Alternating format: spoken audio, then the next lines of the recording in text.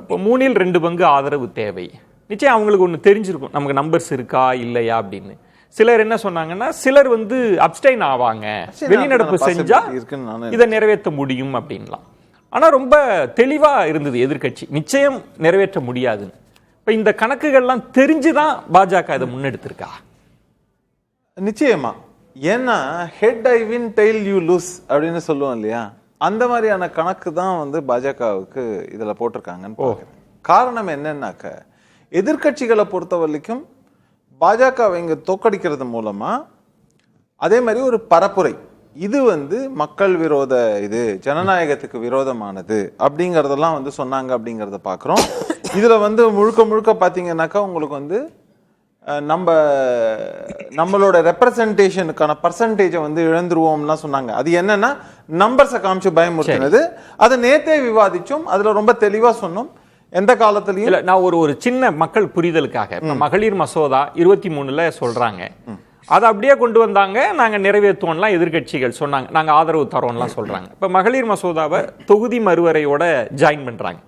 அது எதற்காகன்ற ஒரு கேள்வி இருந்தது. எண்ணிக்கை பலம் நிச்சயம் அவங்கள்ட்ட இல்ல.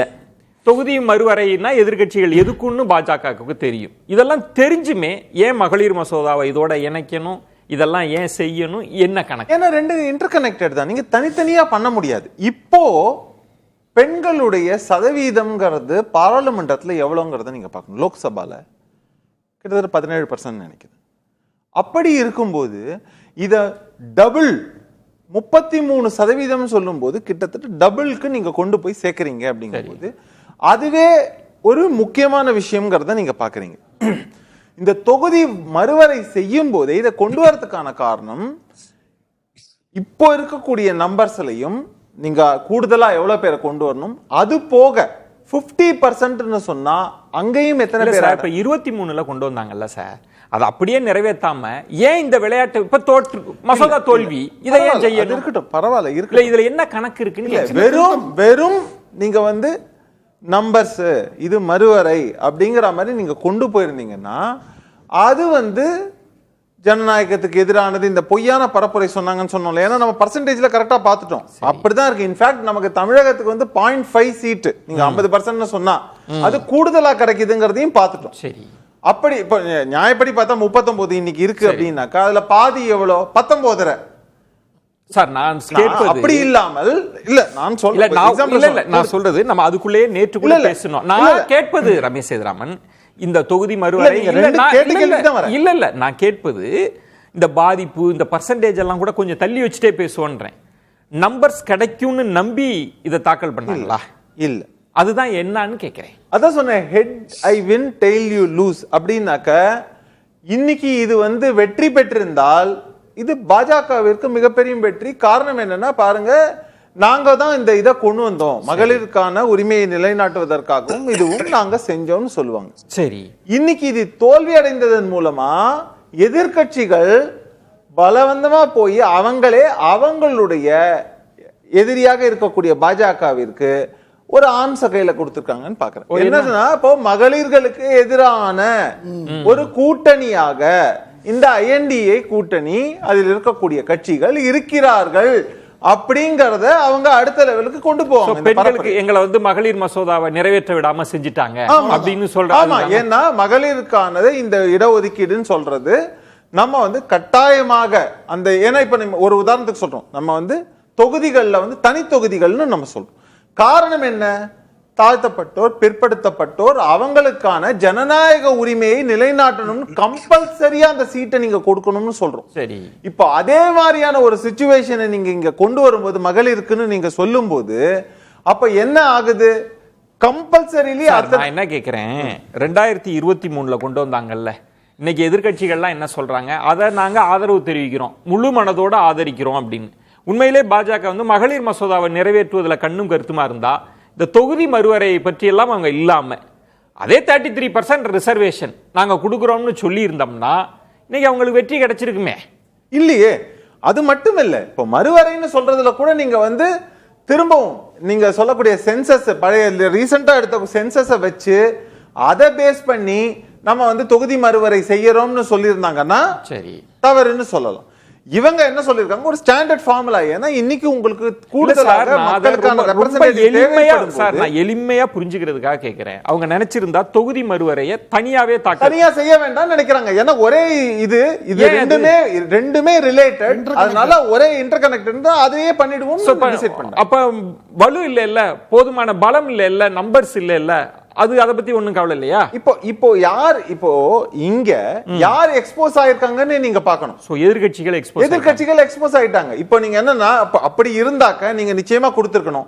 இங்க இருக்கக்கூடிய பர்சன்டேஜ் வைஸ் சீட் பார்த்தா உங்களுக்கு வந்து கெயின் தான், அதே தவிர உங்களுக்கு வந்து எந்த விதத்திலயும் percentage wise இது வரல. இதுல சாதகம் பாதகம் எல்லாம் ஒரு பெரிய டிபேட். நான் ஏன் இத பாஜக ஒண்ணா வச்சு செஞ்சாங்க, அதுக்கு தான் நான் எக்ஸ்பிளைன் பண்ணிருக்கேன். இப்போ இத தனித்தனியா வச்சு பண்ணும்போது சரி, இது ஒரு ரெண்டு செப்பரேட் பிரச்சனை நீங்க பாக்குறீங்க. ஆனா இது பாராளுமன்றம் சம்பந்தப்பட்டது, மக்களவை சம்பந்தப்பட்டது அப்படின்னு நீங்க வரும்போது இது வந்து ரொம்ப தெளிவா இங்க வந்து என்ன சிச்சுவேஷன் எஸ்டாப்ளிஷ் ஆகுதுன்னாக்க, இப்போ ஒரே ஒரு ப்ராப்ளம் தனியா பேசினா நாங்க அதை நிறைவேற்றி விட்டுட்டோம், இது வந்து ஜனநாயகத்துக்கு எதிரானது அப்படிங்கிற மாதிரி சொல்லலாம், அது தனித்தனியா இருக்கும். ஆனா இப்போ ரெண்டுமே பேசலாம் ஒரே சமயத்துல நீங்க வந்து எடுத்து பேசும்போது இது பொதுவாக பெண்களுக்கு எதிரானதாகவும், பெண்களுக்கு மசோதாவை தடுத்து விட்டாங்க. இது பாஜகவுக்கு ஒரு பெரிய பின்னடைவா? கிடையாது.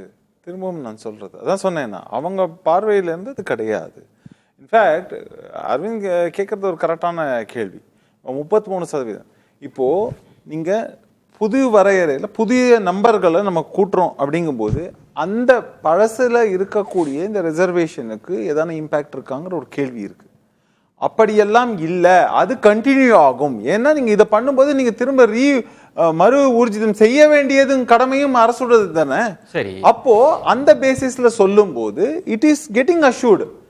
அப்படின்னு அந்த பொசிஷன்ல நீங்க பார்க்கும்போது அதிகமான சீட்டுகள் இன்ஃபேக்ட் மகளிருக்கு போய் சேரப்போது. இதே 33% அப்படிங்கறதும் இன்னொரு விஷயம் இல்ல சார். நீங்க எவ்வளவு 3 மடங்கு உயர்த்தினாலும் பர்சன்டேஜ் ஒன்னா தான் இருக்க போகுது. நம்பர்ஸ் இருக்கட்டும். ஒரு கேள்வி சார், இத ரொம்ப எளிதா இப்ப அரவிந்த் குணசேகரன் சொல்ற மாதிரி மகளிர் மசோதாவை நிறைவேற்றி இருக்கலாம் அவங்க நினைச்சிருந்தா. தொகுதி மறுவரையா, எல்லா அனைத்து கட்சி கூட்டம் வாங்க, இதுதாங்க ஃபார்முலா, இந்த மசோதாவில் நான் 50% இன்க்ரீஸ் பண்றேன்னு போட்டிருந்தா அந்த மசோதாவை கூட நிறைவேற்றி இருக்க முடியும்.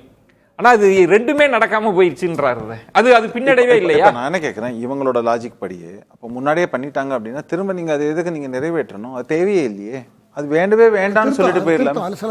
இல்ல சார், நான் சொல்றது இவங்களுடைய ஆர்குமெண்ட்டுக்கு நான் கவுண்டர் சொல்றேன். அதுதான் சார். அதாவது இல்ல பாஜக ஏன் அதை செய்யுதுன்னு தான் கேக்குறாங்க. அவங்க தெளிவா இருக்காங்க. அவங்க சொல்லுவது நாங்க கூடுதலான இது வந்து 50% எல்லா இதுலயும் வந்து நாங்க மறுவரையில கொண்டு வரோம், கூடுதலாக இருக்கக்கூடிய சீட்டு அந்த சார் அது நினைச்சிருந்தா இப்ப திருத்தம் இல்லங்க. இப்ப அரவிந்த் குணசேகரன் சொல்றது, நீங்க இவ்வளவு காலம் இப்ப பாஜகவுல 2014க்கு பிறகு முதன்முறையா தோற்கடிக்கப்பட்டிருக்குல்ல, அப்ப எங்கோ ஒண்ணு பாஜக மிஸ் பண்ணிருக்கா தப்பு? அப்ப இல்ல தெரிஞ்சே அதை செஞ்சிருக்காங்களா? இல்லங்க, இது மட்டும் இல்ல. இப்ப நீங்க வந்து எலெக்ஷன் டைம் வரைக்கும் வெயிட் பண்ணுவாங்க. இப்போ போன எலெக்ஷன் யூனிஃபார்ம் சிவில் கோட பத்தி பேசுறாங்க, அதுக்கப்புறம் இனி வரைக்கும் பாஜக பேசல. இது பேசுவாங்களான்னா மேபி அடுத்த எலெக்ஷனுக்கு தான் எடுப்பாங்க அப்படின்னு நான் பாக்குறேன்.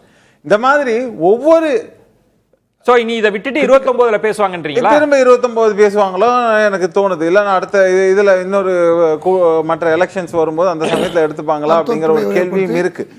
ஏன்னா எல்லாமே ஏதாவது கேக்குறது அரசியல் கிடையாதுன்னு ஒரு கேள்வி வரும். அதுக்கு பதில் வந்து 29 வரைக்கும் ஏன் தள்ளி போடணும்? திரும்ப அனைத்து கட்சி கூட்டத்தை கூட்டலாம். நீங்க நினைச்சா அடுத்த மாசமே அவசர நாடாளுமன்ற கூட்டத்தை கூட்டுறோம்னு அதெல்லாம் செய்யலாம். எதிர்கட்சிகள் கேட்பாங்களான்னு ஒரு கேள்வி இருக்குல்ல. இப்ப நான் என்ன கேக்குறேன், இல்ல வாங்க பண்ணுவோம் அப்படின்னு அப்ப இதே திரும்ப டேபிள் பண்ணாக்க அப்ப என்ன அப்ரூவ் பண்ணிட போறாங்களா, அக்செப்ட் பண்ண போறாங்களாங்கிற ஒரு கேள்வி இருக்கு.